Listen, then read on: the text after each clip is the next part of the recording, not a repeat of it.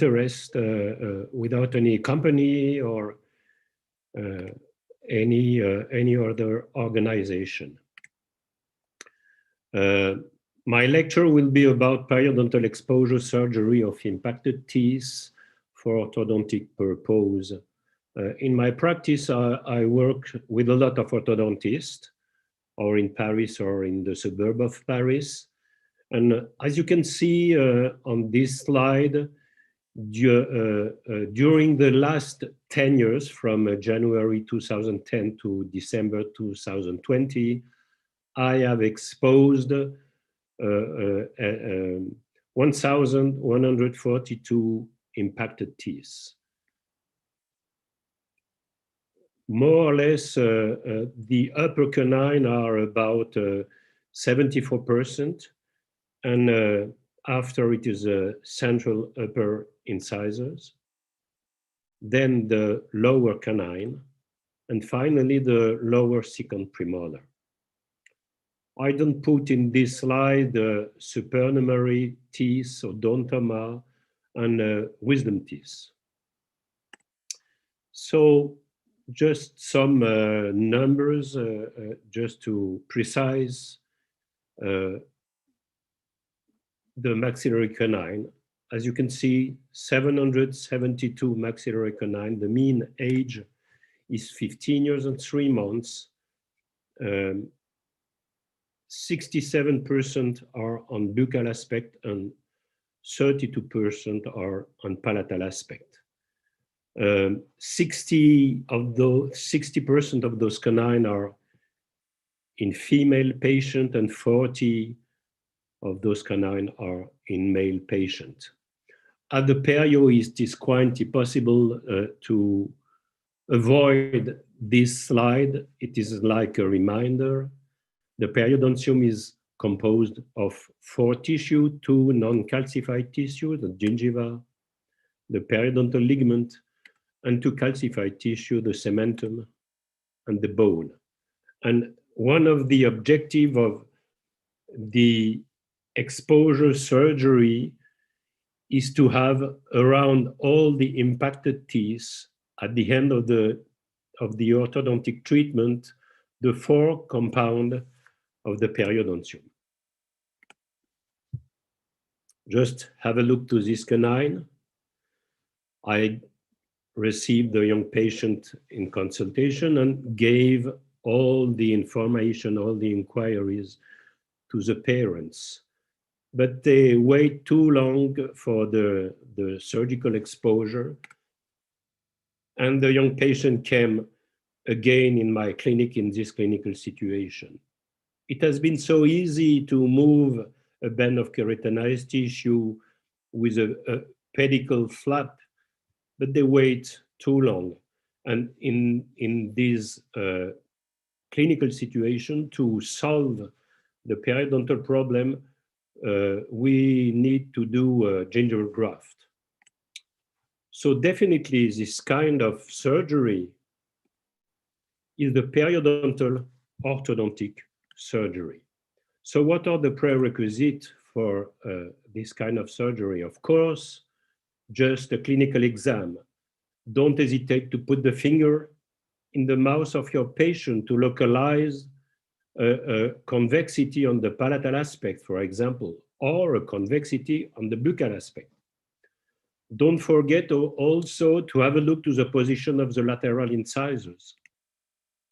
In some clinical situations, the crown of the upper canine is located on the buccal aspect of the lateral incisors, so the root is propelled in the palatal direction, and the crown is in the very buccal direction.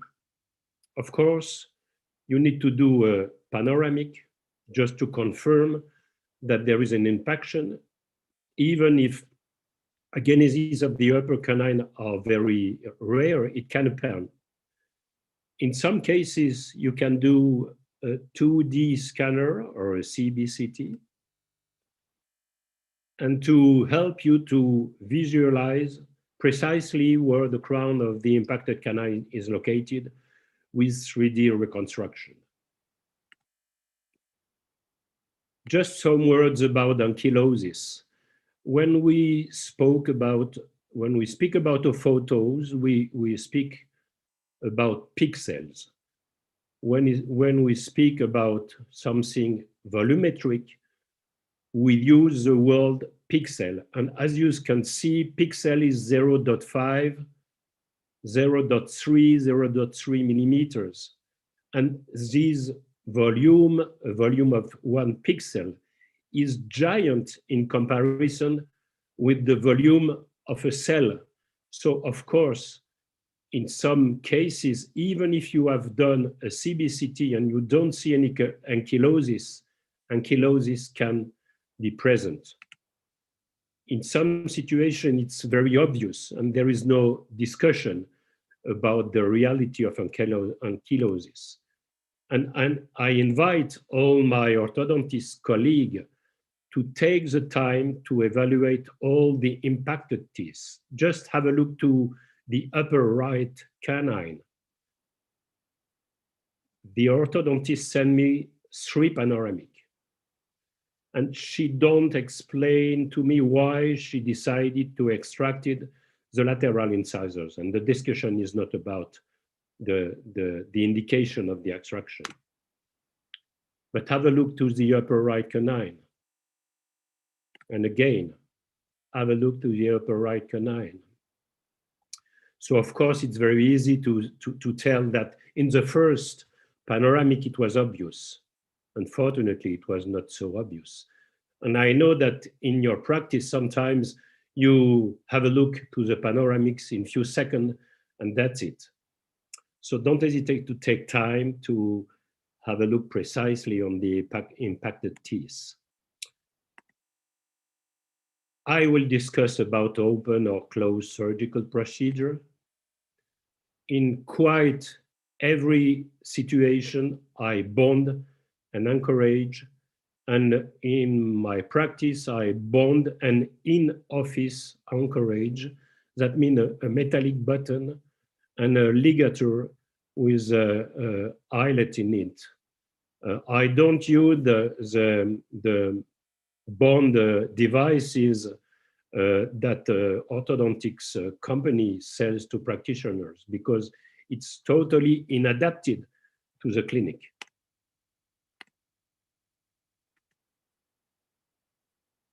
When I bond an anchorage, I put the tooth immediately in traction with an elastic.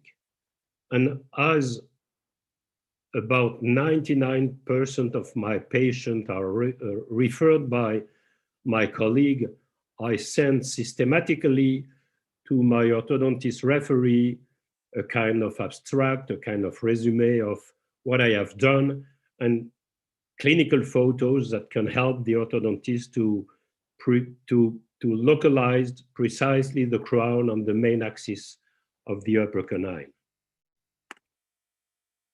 I never mobilized. I never luxated, except it for some second lower molars when they are not far from the definite position. And just with a small luxation, I move the tooth in a more coronal position. So let's have a look to the surgical procedures of the palatal canine. The main risk is the bleeding risk because the canine is on the way of the palatal descendant artery. Usually the palatal canine located in this blue area. So when you expose the crown of the canine, you can cut the palatal descendant artery. But don't be afraid, it's quite very simple to control the bleeding risk.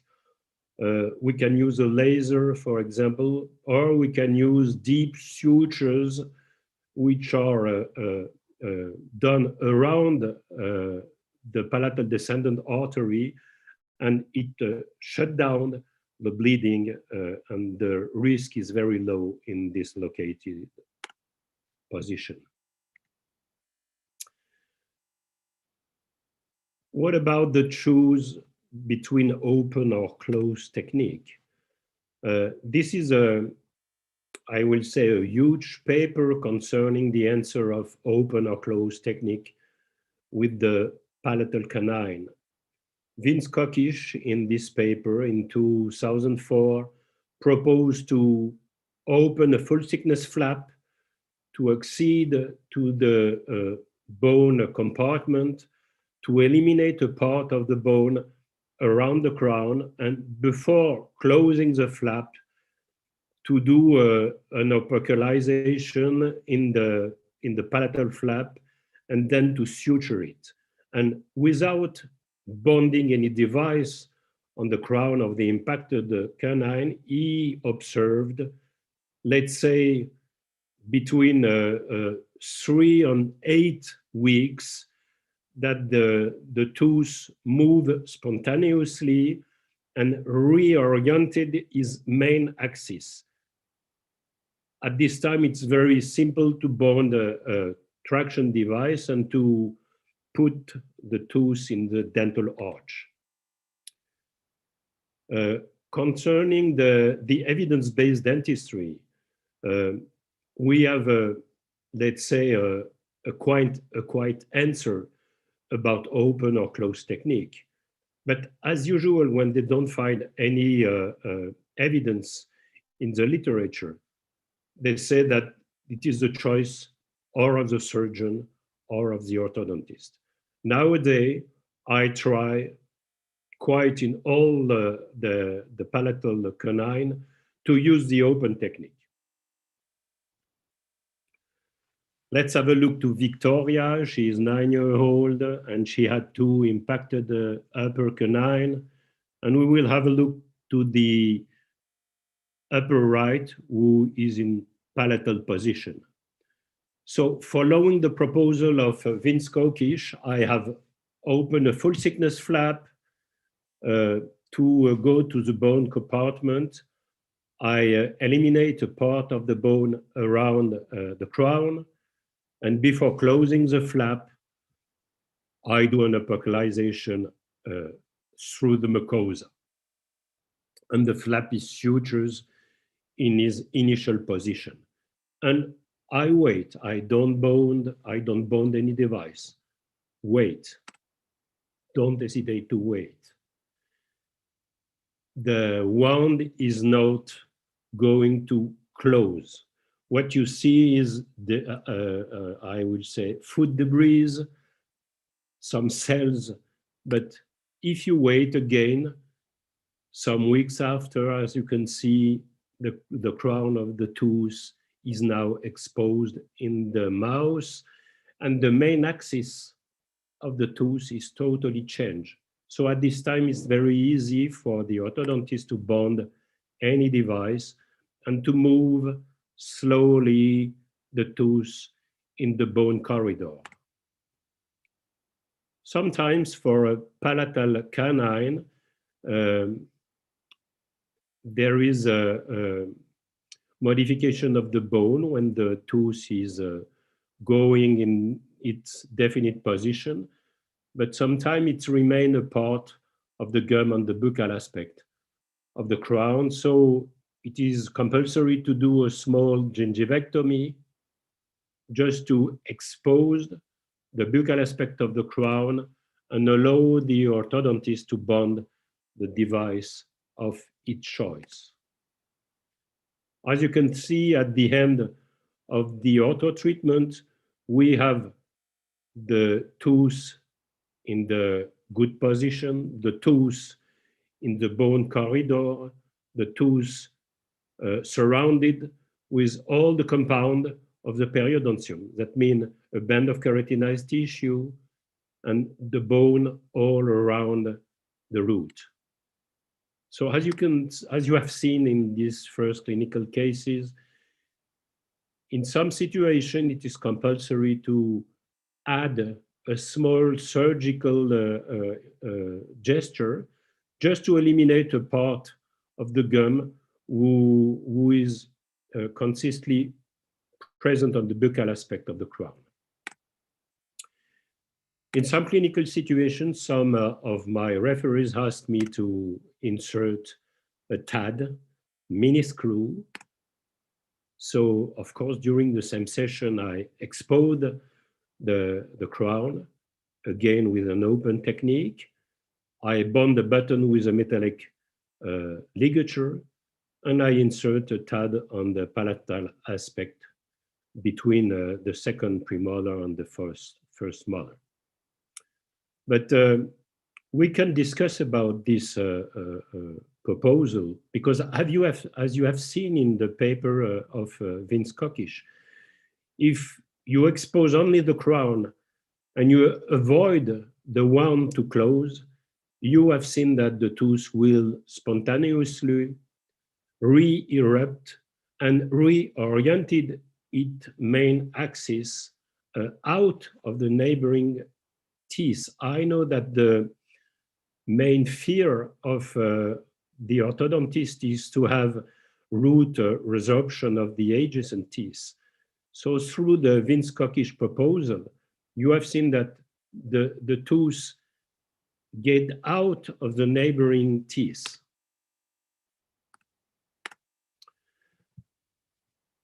Concerning the upper canine in buccal position, I will divide my lecture in 3 parts. It depends mainly of the position of the crown in the vertical area. If the canine is in a low position, I invited all my ortho colleagues to be a periodontist for some minutes. You just have to evaluate where is located the mucogingival junction. And you have also to evaluate the amount of keratinized tissue present on the buccal aspect of the crown. You will do a plain gingivectomy, but don't forget to leave a minimal amount of 2 millimeters of keratinized tissue at the end of this small surgical procedure.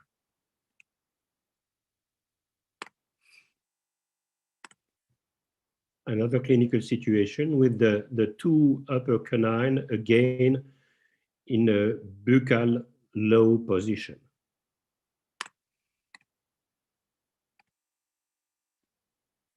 When the amount of keratinized tissue is not very high, as you can see here, you again transform your practice for a few minutes in a practice of a periodontist, and you try to locate it, the mucogingival junction. And as you can see, there is few amount of keratinized tissue on the buccal aspect of this upper left canine. So the horizontal incision will be moved on a palatal aspect just to create or to move a band of keratinized tissue. Again, another clinical situation.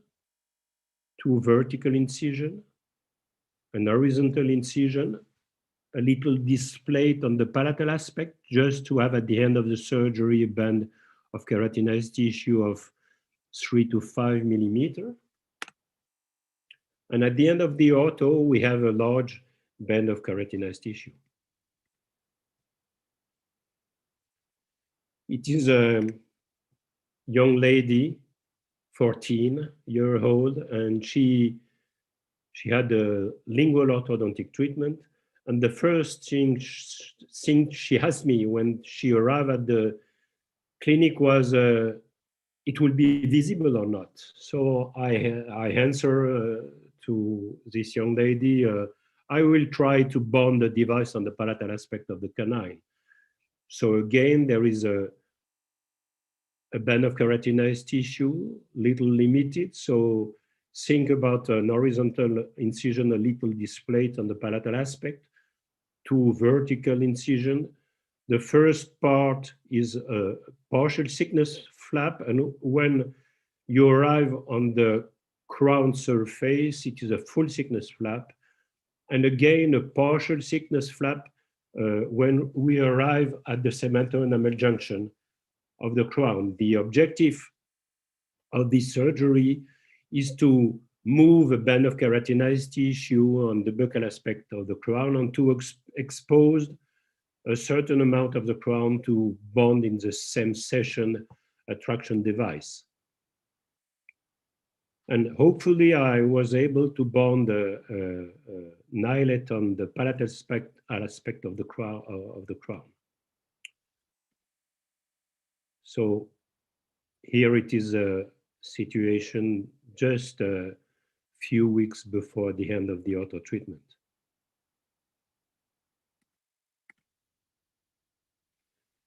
In some situation, the upper canine, the crown of the upper canine is located on the buccal aspect of the lateral incisors. So again, transform your mind in the mind of a periodontist and evaluate first the amount of keratinized tissue present on the edentulous area, I will say. And we will do a lateral sliding flap. So as you can see on the drawing, the vertical incisions are not strictly vertical. They are oriented in the mesial direction. They are oriented in the direction we want the flap to spontaneously move at the end of the surgery.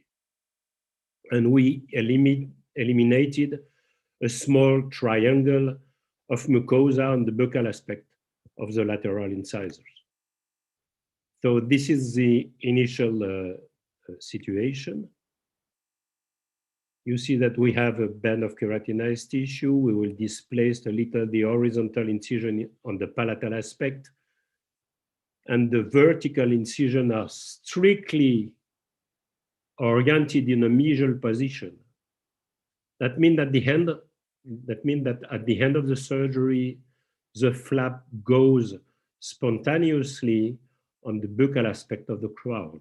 And the sutures are not here to tract the flap. They are only here to settle the flap on the deep part of the periodontium through sutures on the periosteum.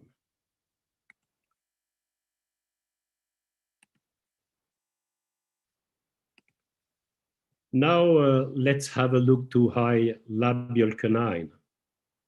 As you can see, this upper right canine is horizontal in a very high position at the level of the nasal fossa, just under the sinus.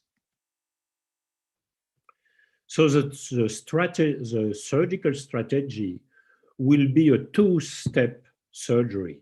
The first surgery goes through a full thickness flap, and the objective is to bond on the crown attraction device. And we close the flap in its initial position. And the challenge for the orthodontist is to tract, I will say, blindly behind the soft tissue curtain, the tooth in a coronal direction. So you have to survey the crown of the tooth as the milk on the fire. And at any moment, the crown have to go through the mucosa. When the tooth is in an enough coronal position, and at each appointment, don't hesitate to put your finger in the mouth of your patient and to precisely localize the crown of the tooth. So when the tooth is in a more coronal position, a second surgery is realized, and the objective of this surgery are to expose the part of the buccal aspect of the crown first, and second, to create a band of keratinized tissue. Again, to have at the end of the ortho treatment a tooth with all the compound of the periodontium. Here it is the result of these clinical cases. Just the X-ray is just at the end of the ortho treatment. Solène, she is a 13-year-old, And as you can see, the two upper canine are in a very high and buccal position, just again at the level of the nasal fossa and just under the upper sinus. So again, the strategy is the same. The first surgery is done to bond the device, and the flap are sutures in their initial position. And again, the challenge for the orthodontist is to move slowly those two teeth in a coronal direction, and at any moment, I insist, at any moment, the crown have to appear in the mucosa. If you are able to have the eruption of those two teeth in a keratinized tissue, the second surgery, of course, is not compulsory. But in a great majority for the upper buccal canine, the second surgery is done in the great majority of the cases.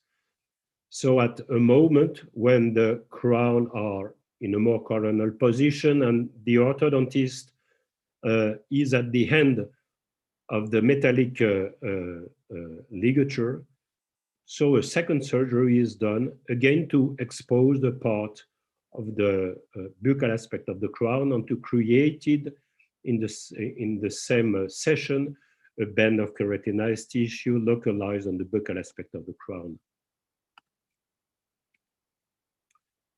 So at this time, all the compound of the periodontium are present. And when all the compound are present, you are able to move the tooth with the periodontium. This is a clinical situation at the end of the ortho treatment. Let's me introduce to you a proposal that have been created by an orthodontist, a French orthodontist, and one of his son, Dr. Chiles. And he proposed to use not mini screw, but micro screw. As you can see on the photos, those screws are 2 millimeters of diameter and 5 millimeters length. And those micro screws, they are screws not in the medullary bone. They are screwed in the cortical bone first. And second, he proposed also to screw those micro screws not in alveolar bone, but in basal bone. And as you can see on the cranium, he screw micro screws in the mental bone or in the apophyse of the digomatic or just under the nasal fossa. So a young lady column, she's 18-year-old, and as you can see, the upper left canine is in a very high and buccal position.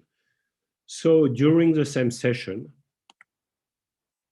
without any braces bonded on all the teeth in the mouth of these ladies, I screw this long metallic wire with 2 micro screws in the digomatic apophysis. And as you can see now, it is inactive. And during the same session, I bond the device on the crown of the upper left impacted canine, and now it is active. And the orthodontist will move the tooth without any braces on the other teeth of the mouth. It's going slowly. Now, lingual braces have been bonded in the mouth of this lady. And when the tooth is in a more coronal position, I do a second surgery, open flap, just to expose a part of the crown and create a band of keratinized tissue. And this is the result at the end of the ortho treatment. Again, all the compound of the periodontium are present. And we have a band of keratinized tissue. And if we have done a CBCT on all those teeth, we will observe a certain amount of bone on the buccal aspect of the root. So let me propose you a surgical decision trees concerning the upper canine. First, you need to determine the exact position of the tooth. So first is palpation, second is panoramic, and if needed, but it's not compulsory for all impacted teeth, a CBCT 2D and a CBCT 3D to precisely located the main axis of the root and the exact position of the crown. And also, in some situation, the presence of impacted tooth. So if the tooth is in a palatal position and you choose the close technique, you need first to open a full thickness flap, to accede to the bone compound, to eliminate a part of the bone to expose the crown, and to close the flap in its initial position. But in some situation, the tooth don't succeed to go through the mucosa, or the mucosa is too thick, or the mucosa is too dense. But in some clinical situation, even if the orthodontist act with a heavy traction, the tooth don't go through the mucosa. So a second surgery, operculization, is sometimes compulsory. And as you have seen, when the canine is moved to the bone corridor, sometimes it remained a small amount of keratinized tissue on the buccal aspect of the crown, and the surgery, a small gingivectomy, is realized just to expose a part of the crown and allow the orthodontist to bond the ortho device of its choice. Of course, if we choose immediately the open technique, we will have only one surgery, or even the second one if a small gingivectomy need to be realized. So as I have told you, in quite the great majority of cases, now I prefer to use the open technique because it is only one surgery, and in some cases, a small gingivectomy, a second one, a small gingivectomy on the buccal aspect of the crown.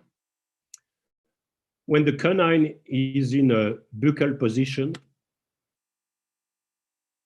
or it is in a low position, and again, try to be a periodontist for some minutes, try to localize the mucogingival junction and to evaluate the amount of keratinized tissue. If you have a lot of keratinized tissue, a plain gingivectomy will be done. Don't forget to leave on the buccal aspect of the crown a minimal amount of 2 millimeters of keratinized tissue, not less, a small amount of 2 millimeters.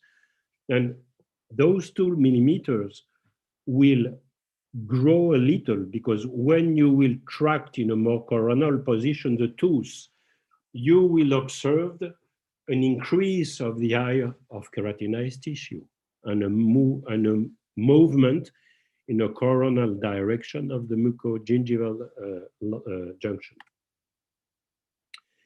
If the amount of keratinized tissue is a little less, you just need to displace the horizontal incision in a more palatal position, just to be able to move an amount of, let's say, 3 to 5 millimeters of keratinized tissue on the buccal aspect of the crown. So you will do an apically or a laterally positioned flap.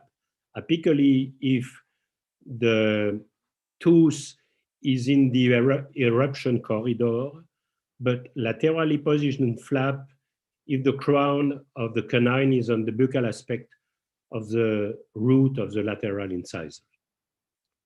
So this is a proposal of surgical decision trees. The higher the canine is located on the buccal aspect, the higher you will have to do two surgery. So if the canine is in a high position, the first surgery have two objectives.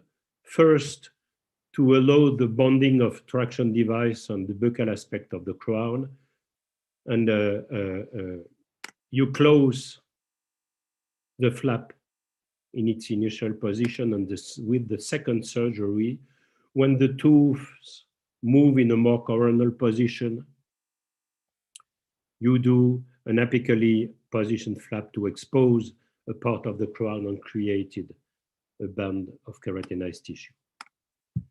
Let's have a look to mandibular canine. Muparapu, I don't know if it is a lady or a man, leave his name to this classification. As you can see, it is an radiologic classification which has been done on a panoramic. And you can see that the great majority of canine, about half, about 15% of the canine, are type 1 or type 2 or 20%. I never seen a type 3, type 4, or type 5. So the surgical procedure are quite the same and can be compared with the upper one. Here you can see that there is 3 impacted canine, the upper right canine, and the 2 lower one. So on the upper one, we have done an apically positioned flap.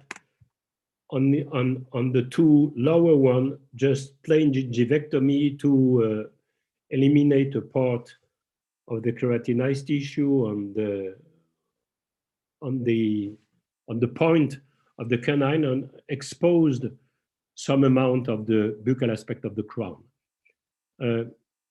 In this situation, I think that it's not compulsory to bond any device on the lower canine, just to leave them spontaneously erupt, and it will be more easy for the ortho to bond the device of its choice. As you can see, this one is type 1, as referred of the classification of Muparapu.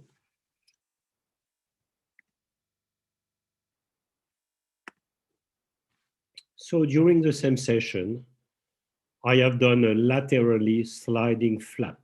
It is a pedicle flap, as you can see, and I have moved the band of keratinized tissue initially located between the lateral incisors and the first premolar on the buccal aspect of the canine. I was able to expose a part of the buccal aspect of the crown, so I bond immediately a device, and as you can see, as I protect the band of keratinized tissue on the lateral and central incisors. So at the end of the surgery, the challenge for the orthodontist was to move these lower canine, first on the buccal aspect of the incisors, and then in the eruption corridor. So don't forget that when all the compound of the periodontium are present and you have chosen open techniques, this is an open technique, the tooth move with the periodontium. Just have a look to the band of keratinized tissue. it moves with the crown.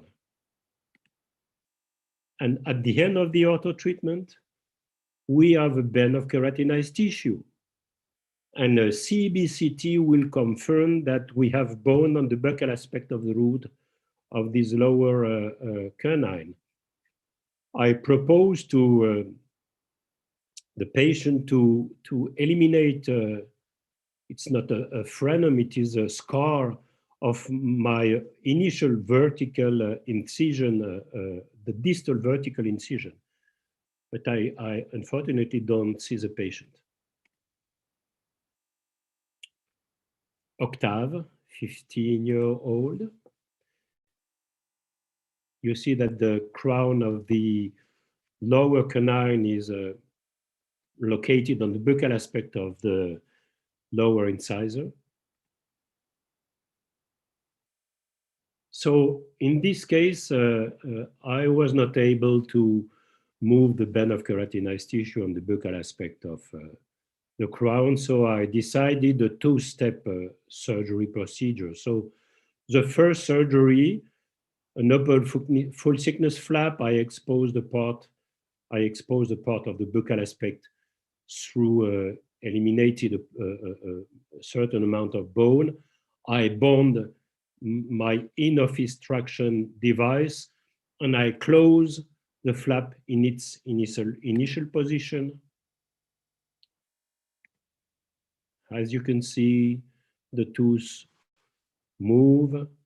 Now we can see in transparency through the mucosa the metallic button I have bonded.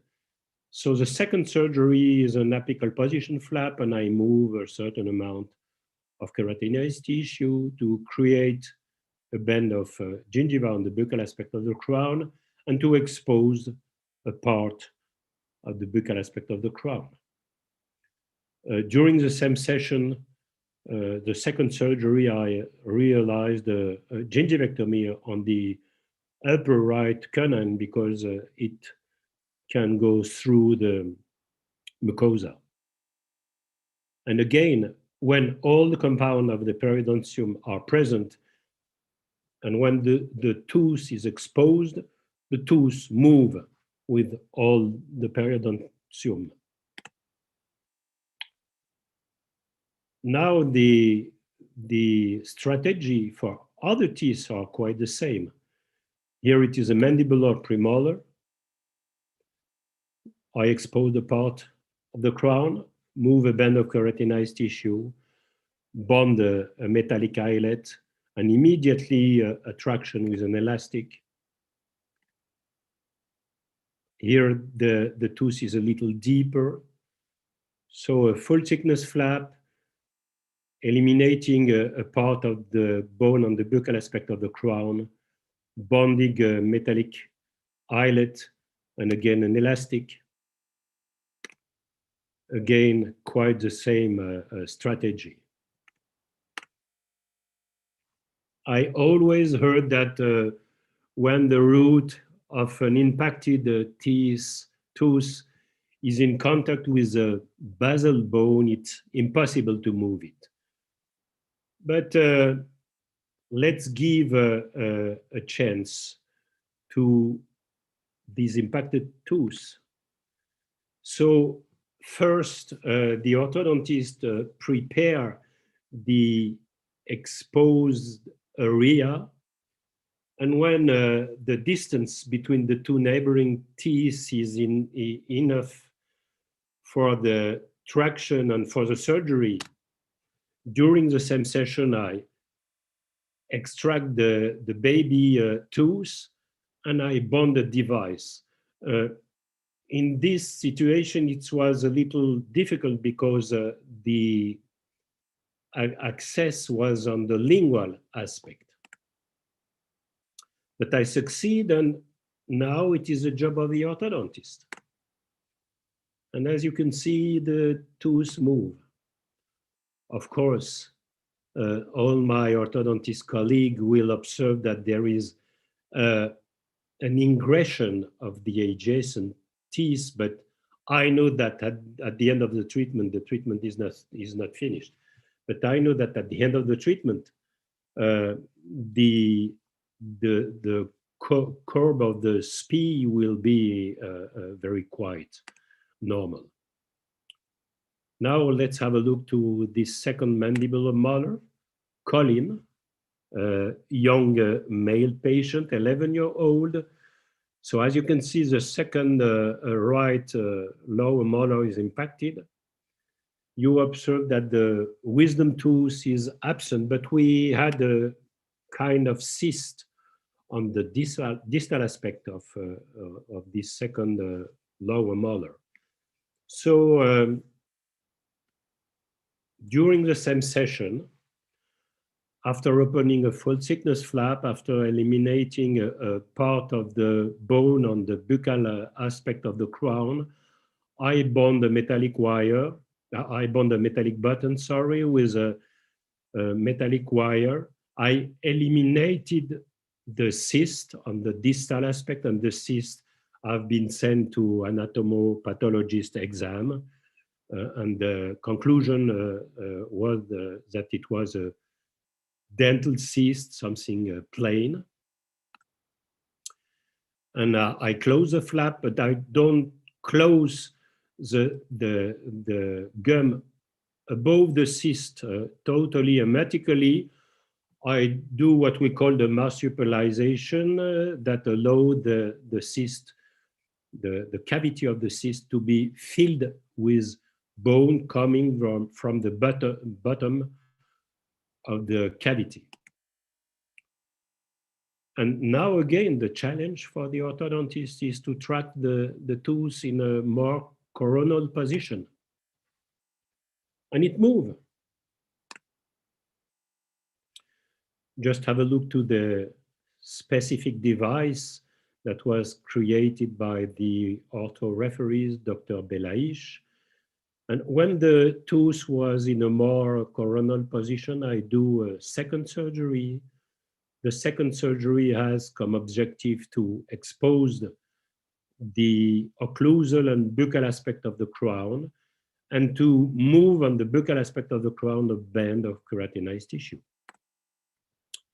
So this is the photos at the end of the ortho treatment. And as you can see, we have a band of keratinized tissue, a band of gingiva on the buccal aspect, also on the distal aspect of the crown. This is an X-ray that have been done to decide the extraction of the 3 wisdom teeth. But just have a look on the distal aspect of the second lower right molar. You have seen that we have gum, but we have also bone, and we have also periodontal ligament. So by moving the tooth in a more coronal position and by allowing the bone to fill the cyst, we have a total regeneration of the periodontium around this second lower molar. 6-year post-op, again an X-ray, and we decided to extract the 3 remaining wisdom teeth. Second lower molar can have a very difficult position concerning the surgical strategy. Here, the second lower molar are, let's say, about, they have an angle of 45 degrees with the horizontal occlusal line. So during the same session, we decided to extract the 2 wisdom teeth, to bond again a metallic button with a metallic ligature. And you can see we have an angle in this ligature that it's allowed the orthodontist to regularly be able to insert an elastic, for example, or a spring to continue to move the second lower molar in the distal on the coronal aspect direction. So as you can see on the right side, it goes very fastly, but on the left side, it takes more time. So we decided to bond another device, but on the distal aspect of the crown to allow the orthodontist to have a more distally direction of its traction. Hopefully, at the end of the treatment, the two lower second molar were in a good position. And again, all the periodontal tissue are present around the two teeth. Oh, sorry, I think that there is a superposition. Sorry,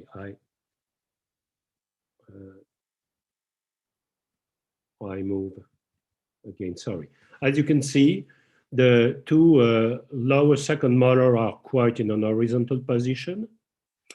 And we decided with the orthodontist not to extract the two lower wisdom teeth and to use the proposal with micro screws. So as you can see, there is two micro screws. They have been screwed in the more coronal aspect of the two wisdom teeth. And you have metallic wire.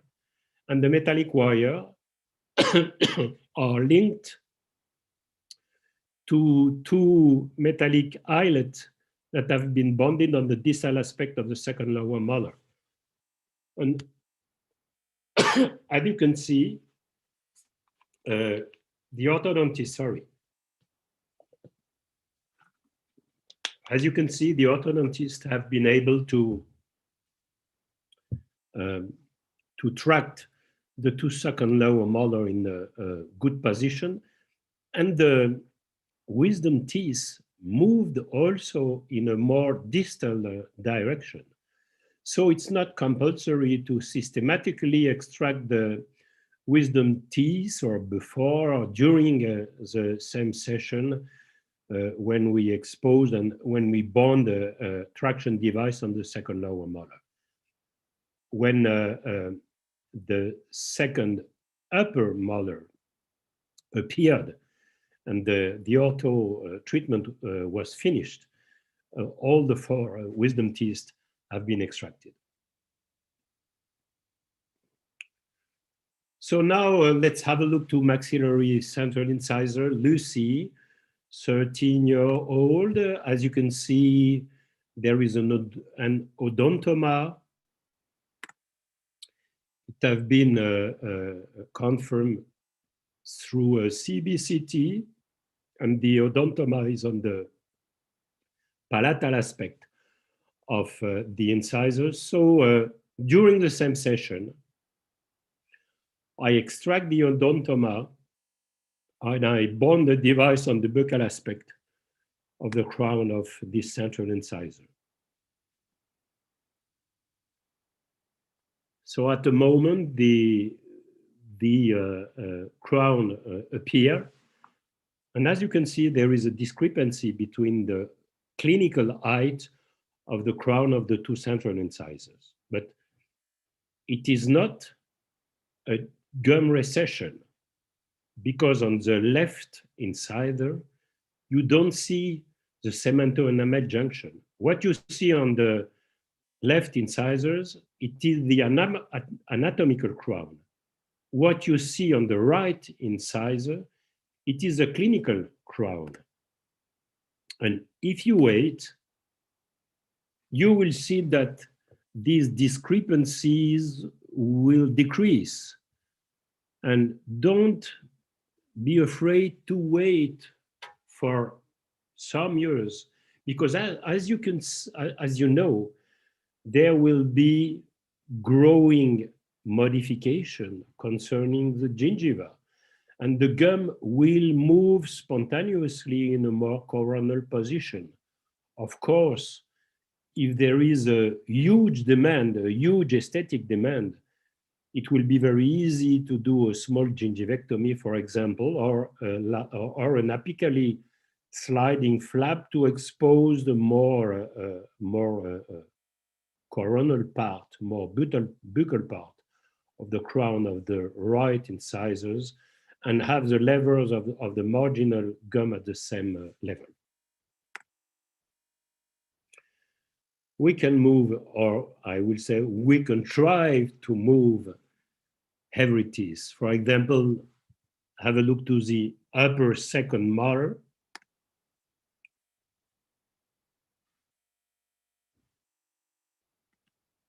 Now I just want to show you what you need to avoid, what we should not do.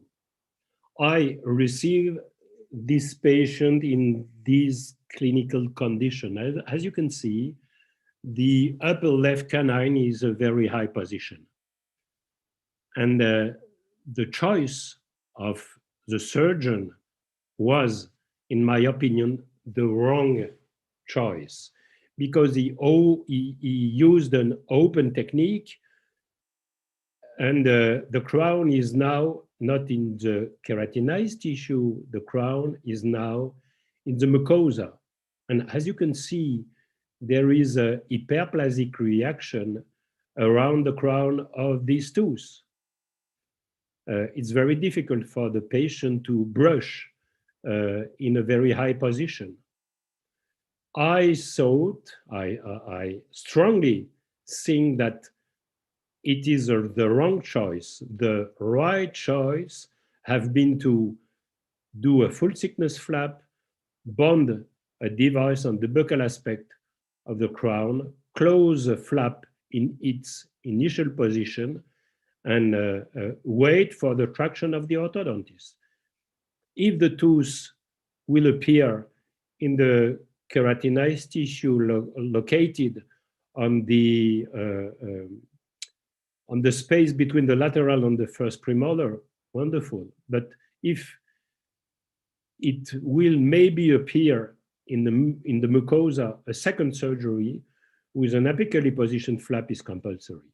So what will be the gestion of this situation?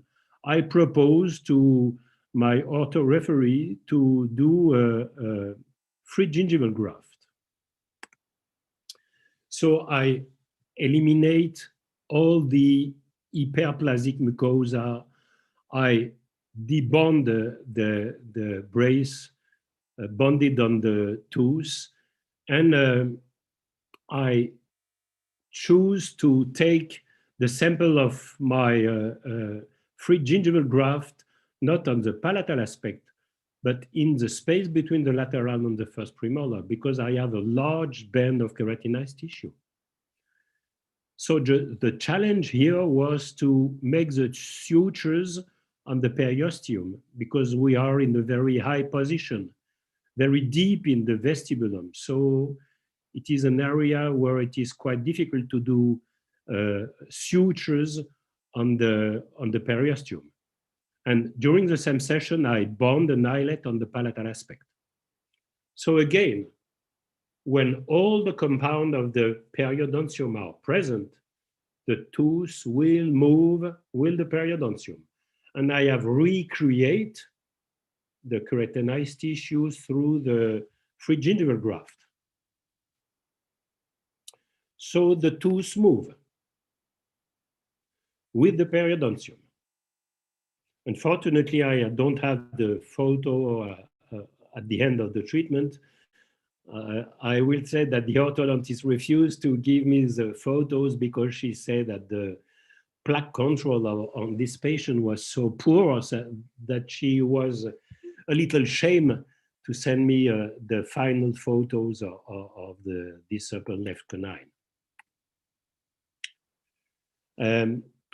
This clinical situation is illustrated by these photos. This patient moved from an orthodontist to the other one.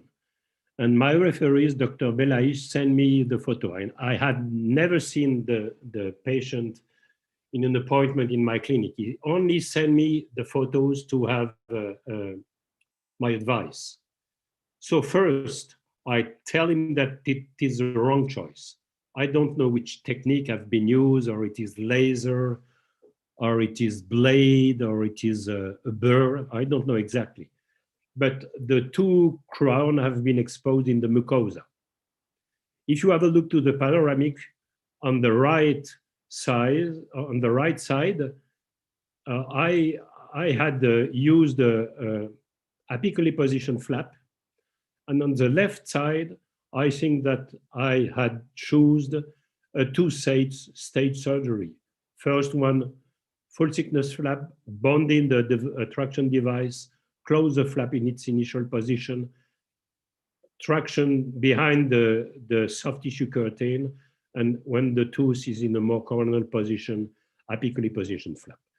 So my answer to my referees was that I am not able to reclose the mucosa over the crown. So I tell him, tract, and we will see what happened. So we tracked, of course. But here you have the precise illustration of moving a tooth not with, but through the periodontium. You can observe that on the buccal aspect of the two crown, you don't have any bone, or quite a very thin amount of bone on the buccal aspect of the crown, of the root, sorry.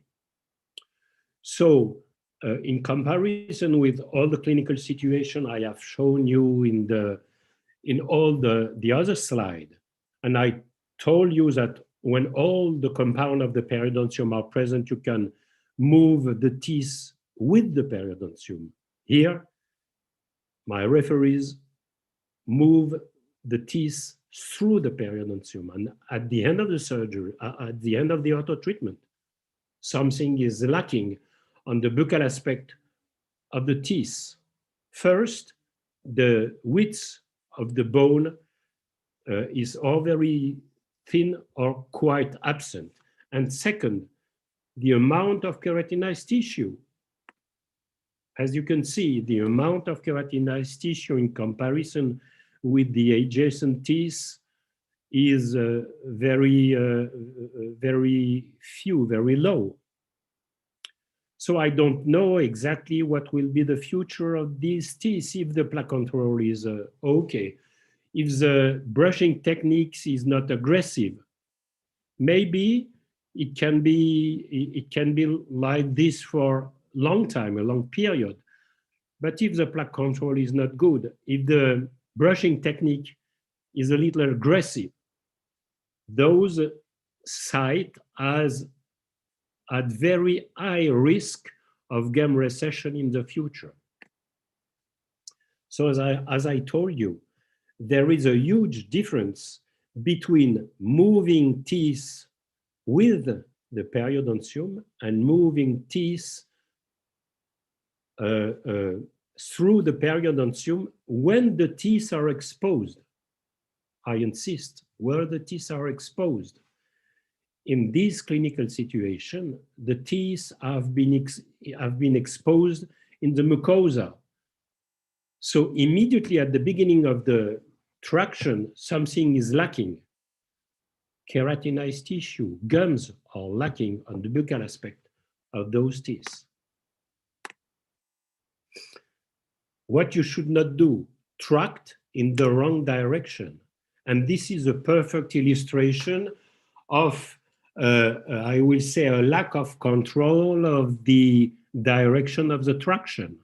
As you can see, this upper canine is in a very high buccal position. I don't have done the first surgery, but my ortho referees send me the patient to solve this situation. As you can see, there is a lack of keratinized tissue on the buccal aspect of the crown. The crown is now in the mucosa. So I try to do a kind of surgery and moving the band of keratinized tissue, which was present on the buccal aspect of the crown, well, that was present on the edentulous area, and to do a pedicle flap and to move a band of keratinized tissue on the buccal aspect of the crown.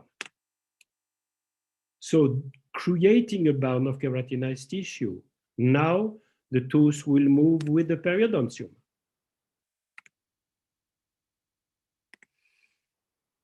And this is the photos that have been sent by the ortho at the end of the treatment. And as you can see, we have a band of keratinized tissue on the buccal aspect of the crown. Neglect the second surgery. In the letter I systematically sent to my ortho referees at the end of the ortho treatment, when the tooth is in a very high position and I choose a two-step surgical procedure, I always write in the letters that if the crown is at risk to appear in the mucosa, a second surgery will be done to expose the part of the crown and create a band of keratinized tissue. But unfortunately, some of my referees don't read my letter. Maybe the secretary, but knows the orthodontist. So as you can see, the crown have been exposed in the mucosa, and at the end of the treatment, we have this reddish area, and this reddish area is mucosa. It is not gum, it is mucosa, and mucosa is a moving tissue in comparison with gum, which stick on the periodontium, which stick on the bone. So in this clinical situation, at the end of the ortho, it's compulsory to do a free gingival graft to create a band of keratinized tissue. The same happened on this central incisor. And as you can see, the central incisors appear in the mucosa, not in the keratinized tissue. So at the end of the ortho treatment, of course, the crown, the tooth, is in its position. You can see first the discrepancy of the crown heights, but as I told you, it's not a real problem because with the maturation, with the growing, there will be a migration of the gum in an apical direction. But the main problem is that there is a very few amount of keratinized tissue, and maybe on the buccal aspect of the root, the width of the bone is very thin.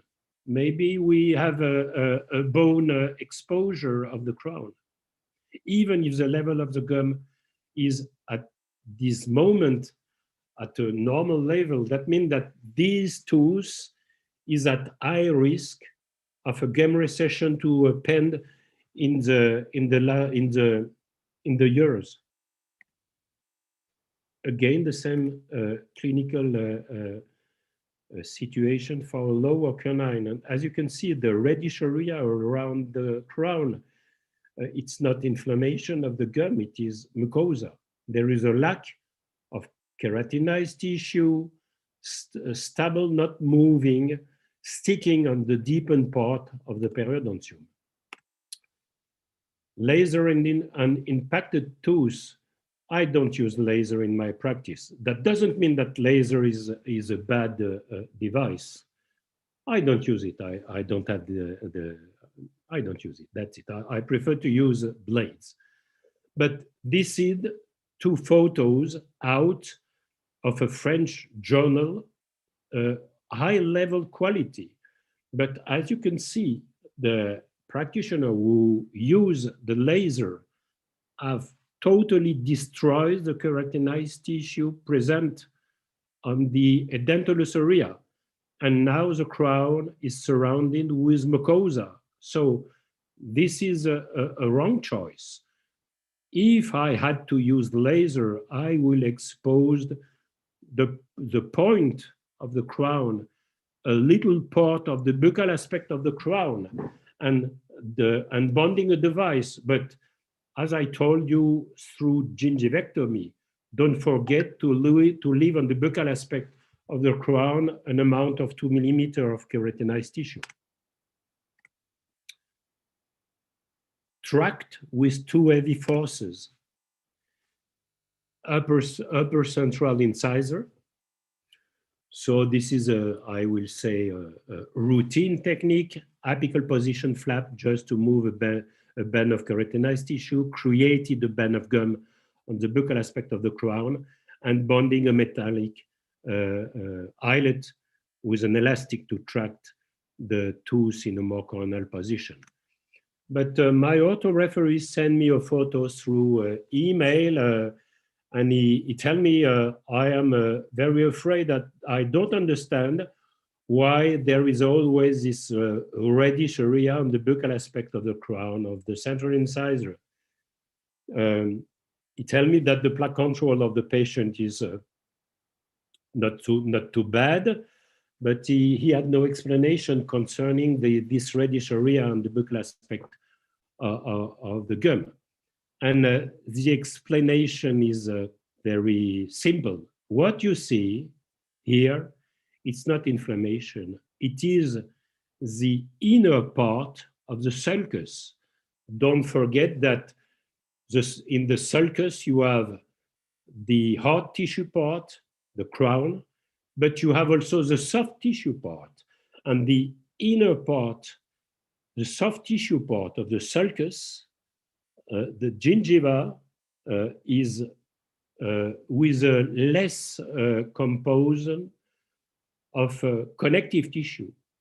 So we see through the epithelium the vascularization. So I told to my referees, stop to tract on these incisors. Ask your patient to continue to brush, and you will see that slowly the reddish part will go to a pinkish part through epithelialization. And after this small waiting time of, let's say, 1 month, he went on tracting these tooths and succeed in positioning the tooth in the dental arch. One of my friends sent me this photo.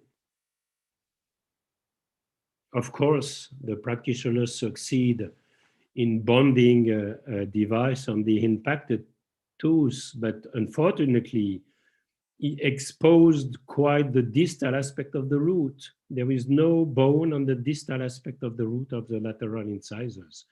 And unfortunately, I think that the lateral is condemned. In conclusion, concerning the 595 canine that have been that have been in all the ended orthodontic treatment, I don't included the canine which are not located definitely in their final position because the orthodontist treatment are not finished. In 519.5 canine, only 6 teeth don't move.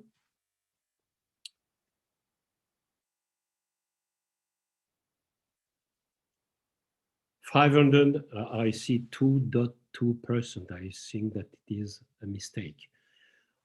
But as you can see, 589 teeth are in the arch and are in the arch with all the compound of the periodontium.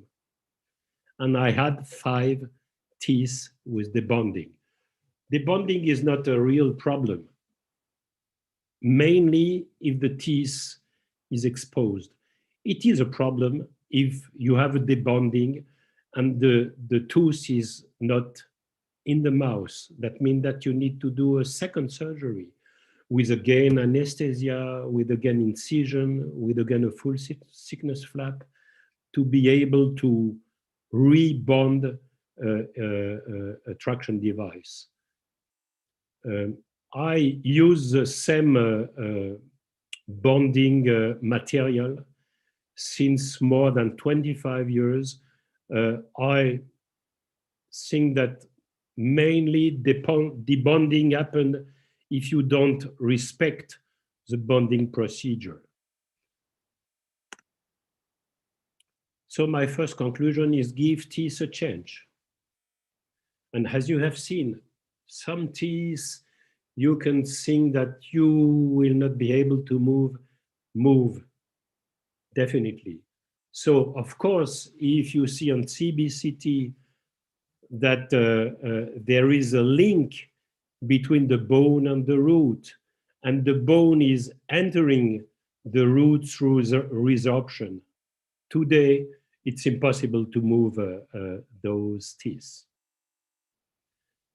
But if you don't have any suspicion of close contact between bone and root, try to move the tooth before definitely take the decision to extract it.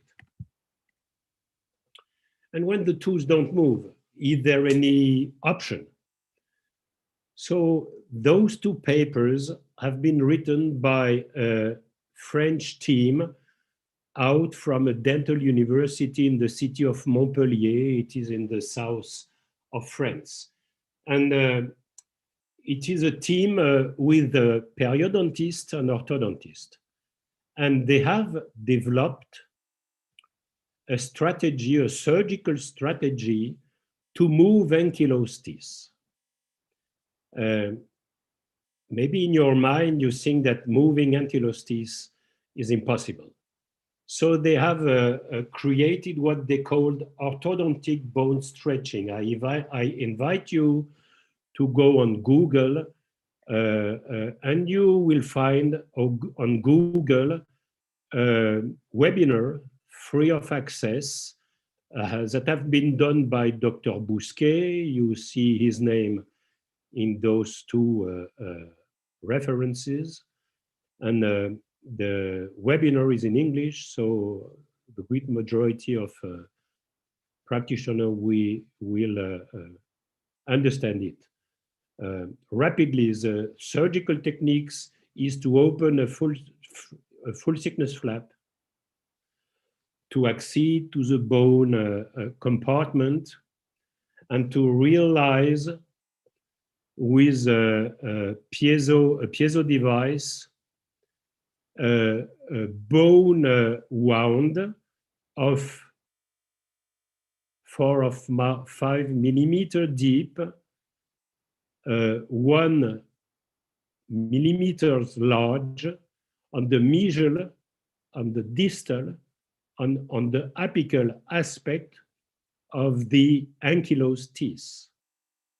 And to immediately, at the end of the surgical techniques, to heavily tract orthodontically on the ankylosed teeth.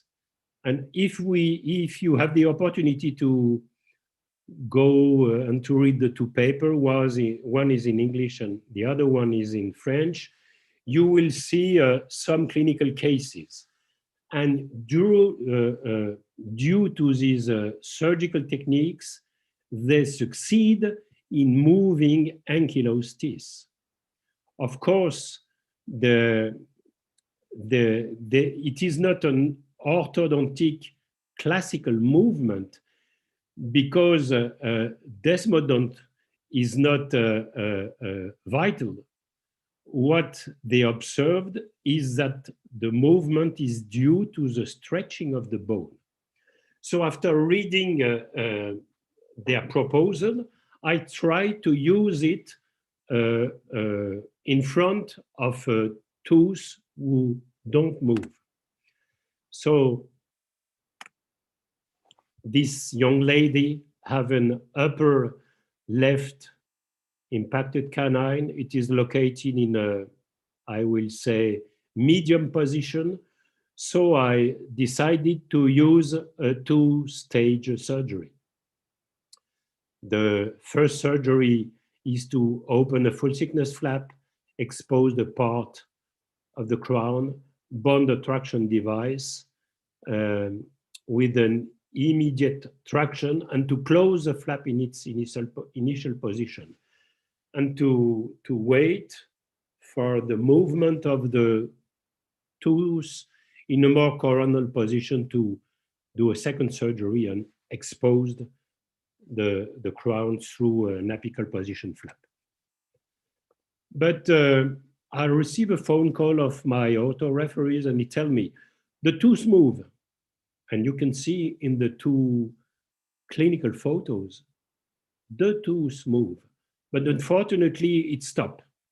He tried to tract with a more heavy traction and the tooth refused to move more. So I proposed to my referees, the young patient and their parents to use the orthodontic bone stretching strategy. So I open a full thickness flap and you can see I have done with a piezo device 2 bone incision, 1 millimeter large, 4 to 5 millimeter deep on the mesial and on the distal aspect.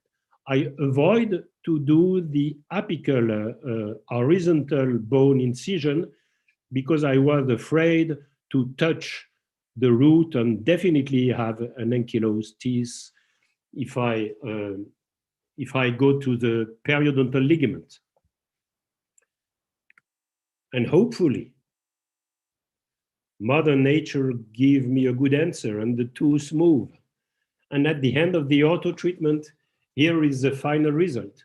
So as you can see, there is a band of keratinized tissue on the buccal aspect of the crown.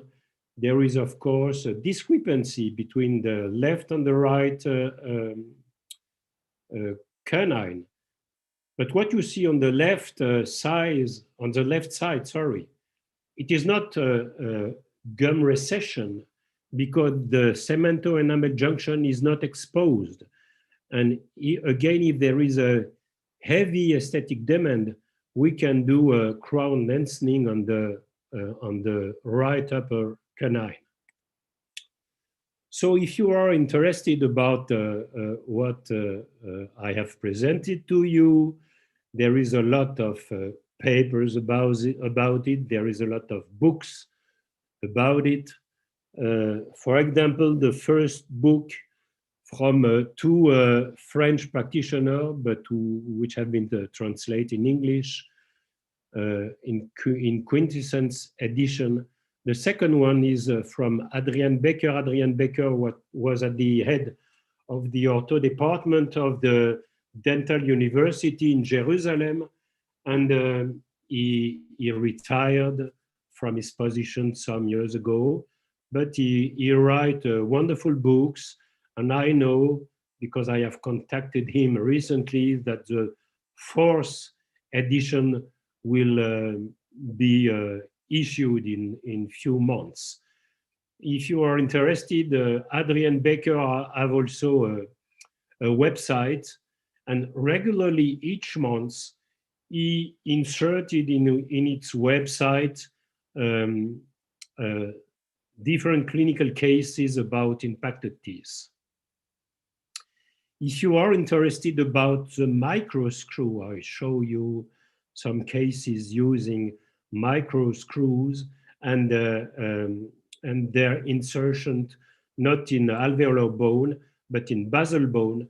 You can go directly to the website of the ortho clinic of Dr. Chiles, and you will find all the PDF of the papers they have written. Unfortunately, I think that quite all the papers are in French.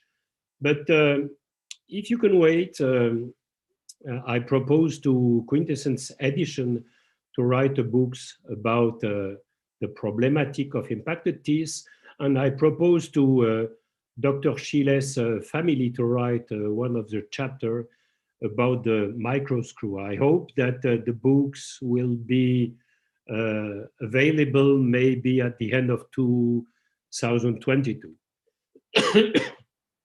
I have written 2 papers, one issued in the Dental Tribune, one is in French, the other one I've been translated in Bulgarian, but you can also read a paper I have written and which is issued in International Orthodontics.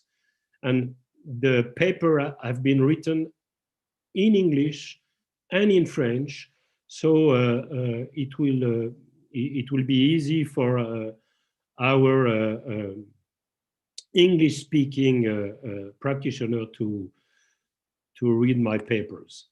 So I want again to thank you, the organizer. I want again to thank you for this kindly invitation. Thanks also all the practitioners which have been present to my lecture. And of course, don't hesitate to ask me a question. If you want to reach me directly, maybe you have seen that on each slide you had my email address. So if you want to ask me directly some question, don't hesitate to send me an email.